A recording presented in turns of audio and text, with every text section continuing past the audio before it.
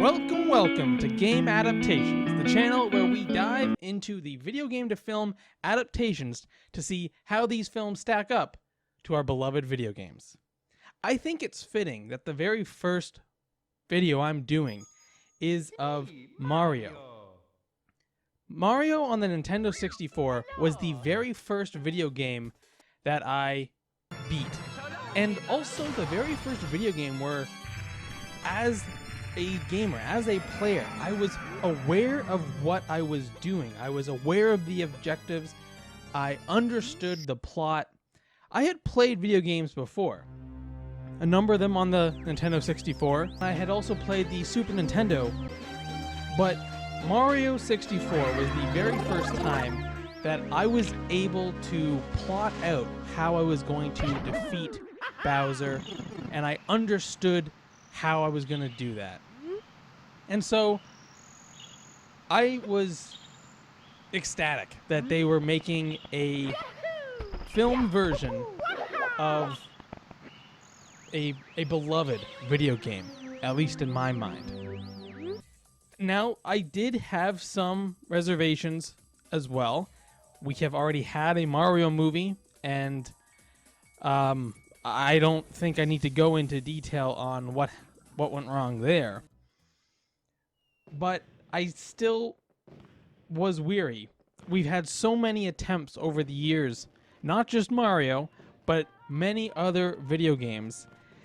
And I'm going to go into them on this channel, but I wanted to start with a more recent one, as well as one that truly captured my heart at the time, and quite frankly still does. I actually have written down on my computer, maybe someday I'll make a video about it, but I've mapped out the timeline of the Mario universe and mapped out little stories that you can kind of piece together through the dialogue and lore of the different characters. So this is not just a one-off game for me. I've played through almost all of them up until, I want to say, Paper Mario, and then I have started to come back into it now that I'm older and trying to recapture that magic. But I digress. We're here to talk about the Mario Bros. Film and where it stacks up.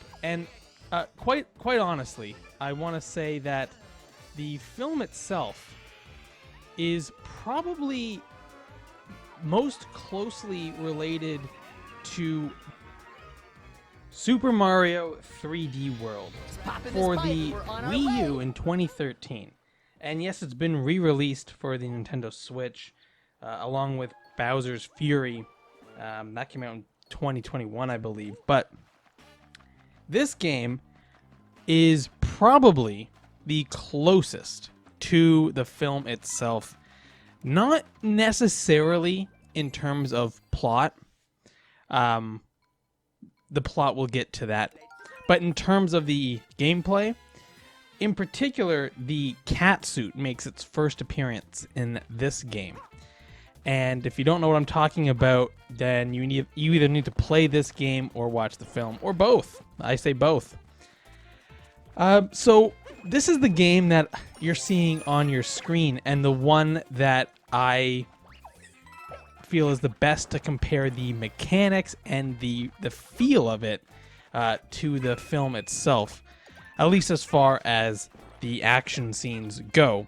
It is, after all, an animated film, so there's no actors performing the stunts. It's all animated, and so it's going to somewhat closely resemble the video games. They might as well, after all. Video games are basically an animated form of cinema in a way, so it makes sense that it's going to pair nicely like that.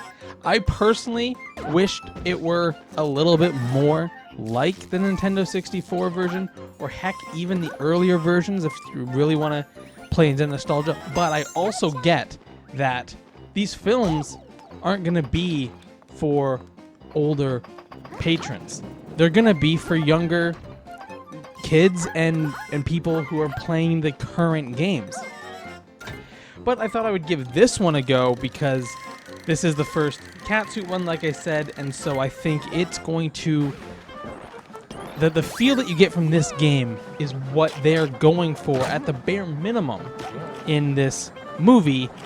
And yeah, they're probably going to be trying to throw in some other stuff as well, but I just wanted to see if I could recreate the feelings between this game and the film. And honestly, for the most part, you can, especially the training montage in the film, as well as the 1v1 battle against Donkey Kong. Sorry, spoilers, Donkey Kong is in this film. I think a lot of people knew that, especially with all like the press junkets and stuff. But anyway, that one I would have liked to see a little bit more similarity to the original Donkey Kong vs. Mario. They throw in a few Easter eggs there, sure, and I appreciate that, don't get me wrong, but I do feel like they could have done it a little bit better in terms of really showing that scene in a modern interpretation. Some will argue they did, but this is a little bit more like Super Smash Brothers Melee than it is the classic Donkey Kong vs. Mario. And I can see multiple ways they would have actually set that up as well. So I just feel like they did miss an opportunity there, but maybe their goal was to be a little bit more modern and focus in on something like Super Smash and not really, and throw a few Easter eggs, but not really focus too much on the past. That being said, they did actually have a number of Easter eggs that reference older Mario material, including the intro, as well as a cameo from the voice actor, and maybe that's where we will go next. So, yeah, I do think that the action scenes of this movie do capture what it feels like to be playing the game, especially the constant dying and trying again of a very difficult level. The voice actors, I do think this is my most problematic area. I really wish that they would have kept the original voice actors. I didn't really like most of the voices, I'm just going to say that. There's something charming that they were able to capture with the voices from the older games, and these modern movie star voices, they don't have the same feeling.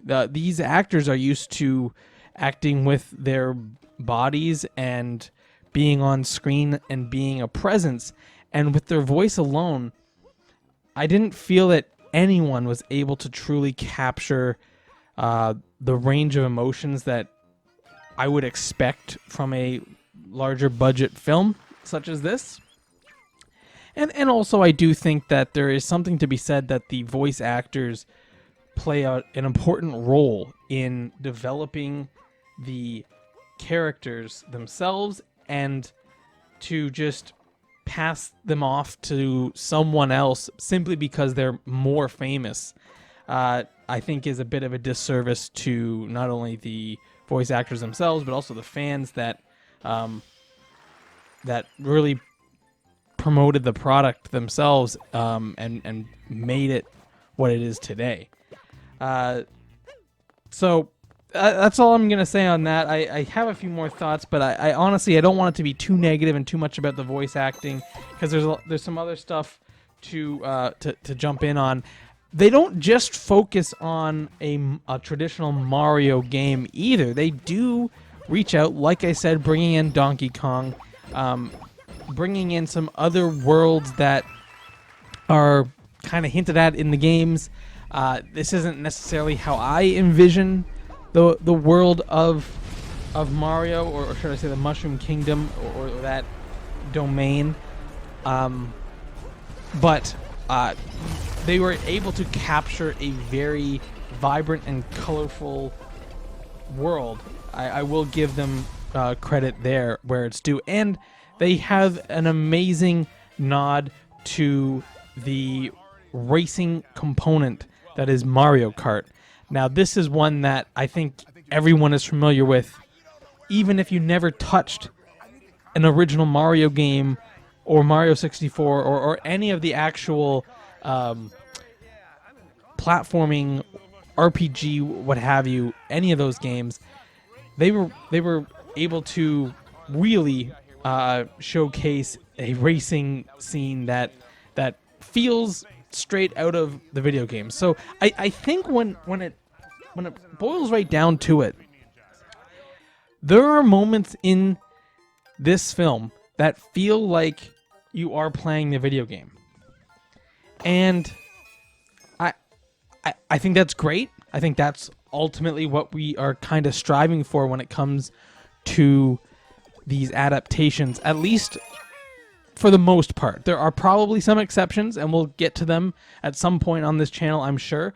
But for now, I think for this film, because it was animated, it needed to be able to capture those moments, and it did. Now the plot, the plot is paper thin, but then again, so are all the Mario plots. Let's not kid ourselves, these are not high concept ideas. For the most part is, must find the princess, she's in another castle, and repeat. So they were able to kind of expand on it with Luigi and showcasing his personality, especially in his standalone games, as well as some other characters that have kind of come up through the games themselves. I mean, heck, even dating back to Mario 2, when you had the other playable characters, have continued right through into this game that you're seeing on screen now. And so I think that's all fantastic. I do feel like the plot could have been a bit better towards the end, but I'm not going to fault it. I mean, they have a really tough time with this one, trying to both wrap this one up, potentially continue it, and make it still family friendly, while also trying to make a villain that is worth your time to get invested in and care about, if that makes sense. I mean, it'll make sense when you see the film, but also they know that there's going to be those fans of the villains. There's a few that I would have liked to see a little bit more of, and maybe they're gearing up for another movie that will have these villains in a more starring role. I'm thinking like Boo, Big Bomba, those kind of guys. They are in as little snippets in the background, sure, but they don't really have any meaningful impact on the film. I would love to see more of them, especially because, at least for some of the older gamers, I like I said, I can't quite say for sure in some of these more modern games. I'm going to get to them eventually and see, but for the older gamers, some of my harder levels have to do with the ghosts and trying to navigate them. So that is a memory of mine that would have been instantly. You could instantly capture the nostalgia of that by including something like that in this film, and they didn't, but they did capture quite a bit. I do think this is a successful game to film adaptation. Let me know what you guys think in the comments down below. Please subscribe. I'm going to be doing more of these as we get tons more adaptations coming our way, and I can't wait to dive in, sink my teeth into them. And I hope you guys come along with me for the ride. See you on the next one.